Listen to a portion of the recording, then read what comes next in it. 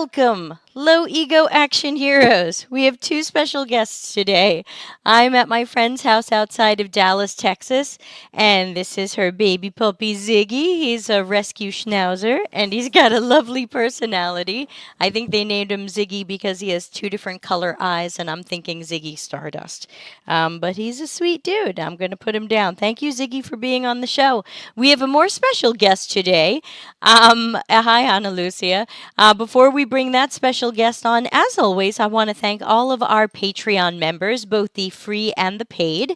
And you are welcome to join the Patreon for free. If you would like to get algorithms out of your life and be the first to see some of the content and other things that we're doing in the Delta CX multiverse, please join at patreon.com/CXCC. You're all getting stuff weeks ahead. So thanks to everybody who is joined both at the free and paid levels. So today we have a special guest, someone you all know and love. Larry, who are you? Well, I'm Larry Marine. I'm the author of a recently published book that you helped me write. And I have to say that disruptive research probably wouldn't have made it without your help. I do appreciate it, and I give you all the credit you deserve for that. Stop that, But I also you. a, I had a lot of your uh, people help edit the book, and that really helped too because not everybody was English as a first language, and so it really helped make things clear. But the book is basically the culmination of 30 plus years of experience in user-centered design. Uh, I was a consultant for a long time, and I started when Don Norman, excuse me, suggested I should be a consultant and do this. He was my professor, and he thought I understood the concepts pretty well. And so I've been doing this, and I've designed websites, e-commerce sites, web applications, enterprise software, medical devices, the list goes on. So I bring a lot of experience to the game here, and I love sharing it. That's why I'm here. Yes, and thanks as always. And if people want to ask questions, just go to deltacx.com/links for a way to ask your question anonymously, or if you have an extra long question, or you can ask it here in the chat and it will show up on the screen. Yes, this was unexpected to have Larry joining us because Larry's actually on vacation. I'm traveling in America at my friend's house, so this is a little bit of a seat of pants episode. But so thanks to Larry for giving us some of his vacation time. But I wanted to bring him in because we got a bunch of questions under one of the YouTube videos that Larry did with us. And you can find those on YouTube by searching for Delta CX task analysis. And one of our super community members left a bunch of questions. And I thought, well, gee, I can give my thoughts on these, but what if we could get Larry to answer them even better? So I'm going to put them up on the screen, but there's so many questions, they're going to be hard to read. So I'll read them out, and Larry, you can take them piece by piece.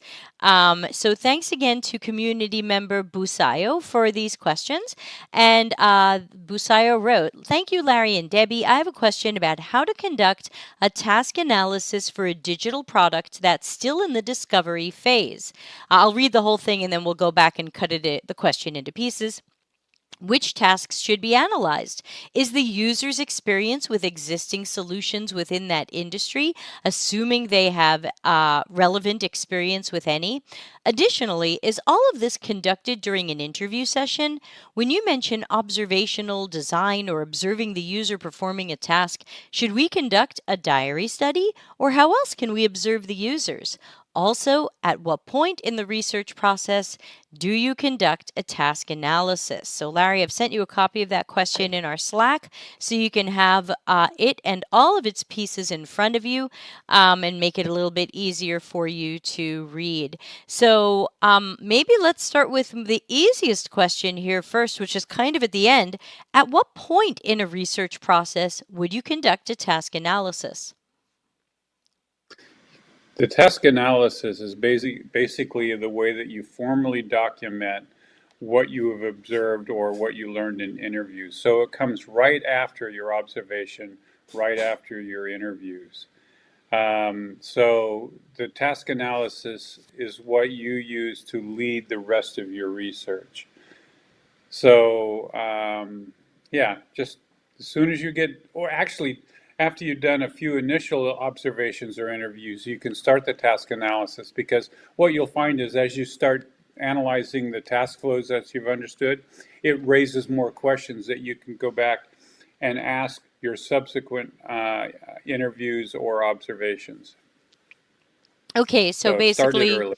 yeah, start it early, plan for it early, because when you're doing your observations and your interviews, the task analysis is a document or artifact that you'll be working on as part of your research. You always say it better than I do. I should write a book. Well, thank you for that. Um, so let's go back to the other questions in this multi-question adventure. So one question was, let's see, which tasks should be analyzed, and is the user's experience with existing solutions? Oh, is and okay. So which tasks should be analyzed, and is it the user's experience with existing solutions if they have relevant experience? I have a phrase that I like to use.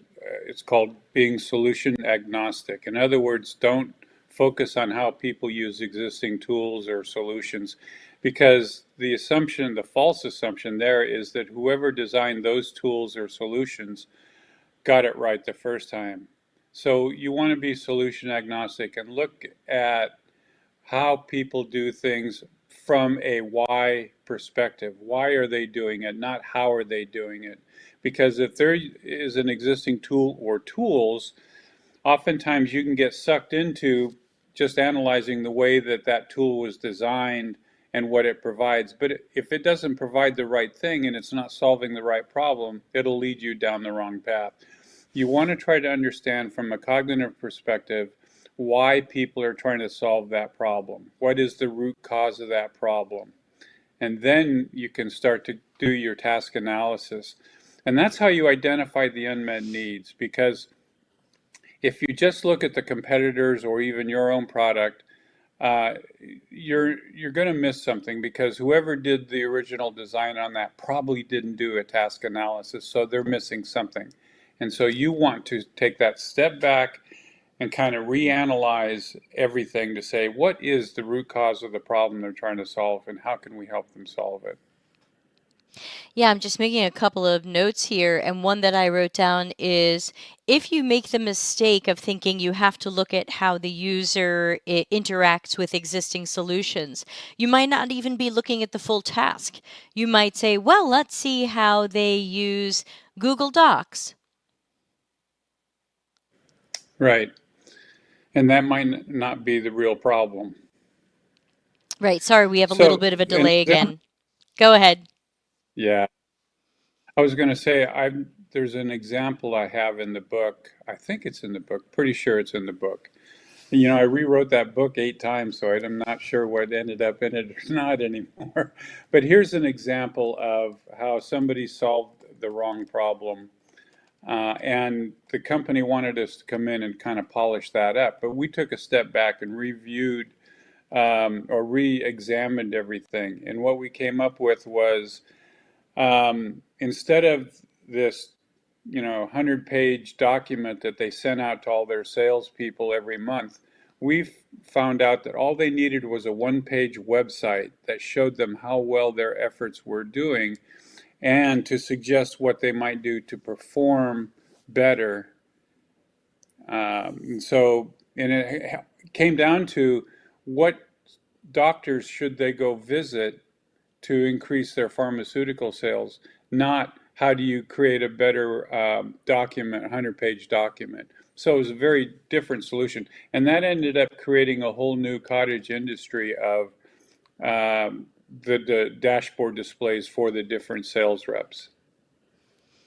Great, thanks for adding that. Yeah, so again, I want to just warn people away from looking at just the existing tool or mechanism or software. You really want to look at that full end-to-end task, as Larry describes in the book, from the initial trigger or reason that people have to do that task all the way through to the task's successful or unsuccessful completion. And I also wrote down that, I wrote down something similar. I wrote the task isn't just the use of the existing solution. So again, you don't want to get caught up in what tools are they using, and that the task is how do they get the thing done, and the tool or competitor system may or may not be one element of what they're doing. And as Larry pointed out, it could be a negative part of their task. It could be a crappy tool or experience. Sorry, I we have a think we delay. have a longer delay now.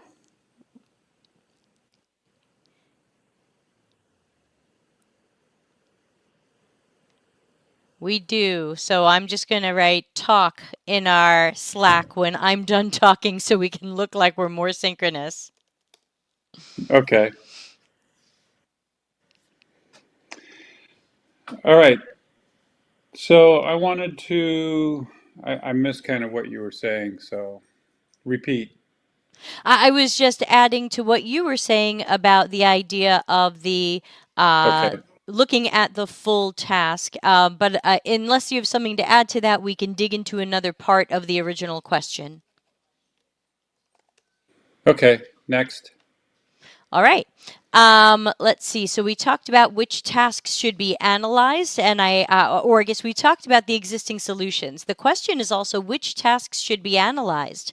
I would think all relevant ones, Larry. Yeah, you look for the most common tasks that show up in your observations, and you identify those as those are ones we need to really focus on. And then there are the exceptional tasks that occur after somebody makes a mistake or the system makes a mistake. So, but you look at all of them, but you at least want to capture what are the most common tasks, what are some common errors that occur, things like that. So you start with what the commonality is, and don't focus on the small, trivial tasks that only come up once out of 1,000 times until later. Got it. Okay, great. So that covers that. And thank you. So looking back on the original question, another piece of the question was, is all of this conducted during an interview session? More than one interview session, typically. You'll do interviews that'll get you started. You do some task analysis, and then you do another interview. And I've even taken the task analysis that I'd previously done, and I'll ask somebody questions relative to that task analysis to see if it follows the way they do things. So you get some feedback on your task analysis. But typically, yeah, you're doing the task analysis in your head while you're conducting interviews or even doing the observations to understand what is different than what you thought you knew. And I just want to point out that not everybody is going to be at Larry's level right away. So when Larry talks about how he does the task analysis in his head while he's in the session, that may or may not be right for beginners. It may be best for beginners to stay a little bit more in the moment with the observations and interviews and maybe check your recordings later. And when you're watching and listening to your recordings, then start to do some of that task analysis in your head or in your notes or in your Miro board or wherever. Please don't feel badly if you are not successfully doing this in your head while the interview is going on. You know, I'm going to take a moment to say thank you to the people who have written to me, you know, in private channels and digital messages, have been trying task analysis like they've read in my book and are asking for feedback. It really helps me understand how much I take for granted in this and how much people don't know about it. And I really enjoy helping. As a matter of fact, Anna Lucia is on here, and I've been helping her. She's done a great job of it. And there's Stephen Miller Perry has asked me a few questions, and some other people too. Um, and I understand that you're not going to get it right the first time, but just start trying it and learn from it. And as you start doing it, you'll realize, oh yeah, there's more to it than this. And oh, what about this? Let me think about this. It's all kind of spelled out in the book. the book does help. But if you have questions, just get a hold of me and I'll answer your questions for you. Great, and thank you so much for that. So, to go to another question that was part of the original monster question that we're talking about today. Um, when you mention observational design or observing the user perform a task, should we conduct a diary study or how else can we observe the users? Yeah, diary studies aren't very good because it's a self-reporting bias problem. People are only going to tell you what they think they're doing. And oftentimes, what we learn in diary studies is people leave things out if they think that part of the problem has been solved for them already. So, for instance, there may be a process that they go through, and there's this one stumbling block, but somebody said, "Here's a workaround for that step that is real problematic." And so they think, well, I have a workaround, so it must not be a problem anymore, and they don't report it as an issue or you know a problem they need solved. So diary studies aren't very good. Anything where there's a self-reporting mechanism involved is suspect. Surveys are terrible. Those are good for after the fact, but not as a generative user research. Diary studies, journals, things like that. Even user interviews are suspect. But as you become more experienced at user interviews, you can start asking questions around things people didn't mention. And that's a case where you have to listen to what people don't tell you, because you can look at something and know, I don't like that design because it's confusing, and people won't say that it's confusing. And oftentimes people think you're the designer of that product, so they're hesitant to, to tell you that it's bad. So you have to be careful. Thanks. I know, again, we have a delay. Thanks for being patient with it. So, what would be your advice? Obviously, observations in the moment and interviews are always best, and diary study is not our top choice. But what if the user's task is something that tends to happen over a long period of time or a lot of subtasks like shopping for a car? There's so many different things people do before they decide to purchase a car, and they're probably not things that happen in 1 hour that we can easily see in a Zoom call. What do you tend to recommend there? Sometimes you can ask a subject matter expert to detail what the task flow is, or even do a task analysis with that person or maybe two or three people just to get a sense. But understand that a subject matter expert is going to understand things from an expert way, and their way may not be the way that everybody does it. It may be the way they want it done. So you have to be careful there. But at least that gives you a starting point. Oftentimes, I'm introduced to the subject matter expert at the beginning of a new project, and I use that just to get a sense of what the domain is like and to get a sense for what might be occurring, over a protracted amount of time. And then I ask if it's possible that they might have some videos. Maybe somebody's taken videos of something, or even somebody has security videos to give a general lay of what's going on. So, for instance, a manufacturing process may have safety videos that you could look at. Any amount of information you can get that gives you an idea of what the tasks are, what the steps are, and then if it's possible to be there when that task is triggered by planning ahead of time, that may be helpful as well. Great, thank you. And again, apologies to Larry and our audience for our weird delay today, but it is what it is. We have a fresh question from Andre, who says, do you have any tips or best practices for note taking while interviewing or observing? What's the most important thing to capture? There's two questions there. The most important thing to capture is any behaviors that you note. So, for instance, if somebody is doing a task and they stop and pause, that's an indication that there's a high cognitive load going on because they're thinking about what they should be doing.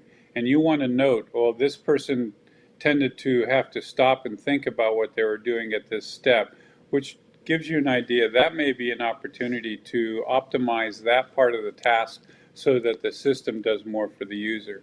As far as note taking, anything, a notepad with a digital pencil works great because you don't have all the paper flipping and everything, and you can scroll it. Those things work best. Otherwise, paper and pencil. And I don't suggest doing typing on a laptop because as soon as your screen goes up, you are separating yourself. You put a wall up between yourself and the participant.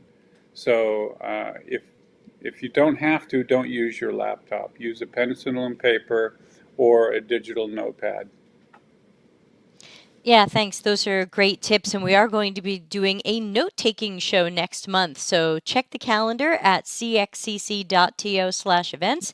Kayleen and I are going to talk about some experiments we've been doing in note taking the past 5, 6 months or so and let you know some things we tried that worked and that didn't work. So we'll be talking more about note taking. And I would also, like to add too, yeah, go ahead. Sorry. I would like to add that once you become a little bit more practiced and familiar with the sticky note process of task analysis, you can actually do that with um, participants. You can start to walk through the task flow and use the stickies to move things around. But that's only after you become familiar with the process. But that's something to look forward to. Yeah, I was once a research participant for a company and they wanted to understand a long process. Like they asked me, how do I go about creating online courses? Obviously, that's not something that happens in an hour or a day. And so they shared a Miro board and they had me walk through my process. And as I talked about it, the person was putting up sticky notes with different steps and qualities of the process, and that gave us the chance to look at it together because then she would say, okay, now look at it again. Is there anything you left out? And so that gave us the opportunity to try to fine tune it, though obviously since they're not observing that process, it's a decent interview, but it's the best that I can recall from my memory. Good. Yeah. Any other questions? I don't see any questions coming in through the anonymous interface. So, any questions from the live audience? I'll go check LinkedIn. Sometimes my questions don't come up here on LinkedIn. Let's see. Oh, nope, says we have 3 people watching on LinkedIn, so I guess the stream didn't die. So LinkedIners, let us know if you have any questions, and YouTubers, let us know as well. Otherwise, welcome to Q&A AMA, which I try to do every Tuesday. I won't be able to do it next Tuesday, so if you send any questions to deltacx.com/links or in the Q for AMA channel in our Discord, I'm going to have to get to it in June. Andre says, love your book. I'm halfway through it and trying to adopt my interviews to a more task focused approach, trying to get some observations done at my company. Well, good luck. Keep us posted. Yes. If we don't have any other questions right now, I would probably end the show because Larry has interrupted his vacation to be with us today, and I would love to be able to send him back to his hopefully sunny, beachy vacation. Larry, any parting words for the fans?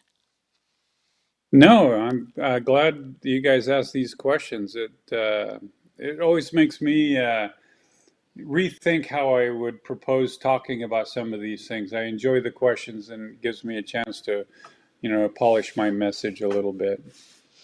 Yeah, And don't if you have forget any message, sorry, go like ahead. I said, I was going to say, if you have any questions, I'm on LinkedIn. You know how to get a hold of me. Just send me a message. I'll answer it.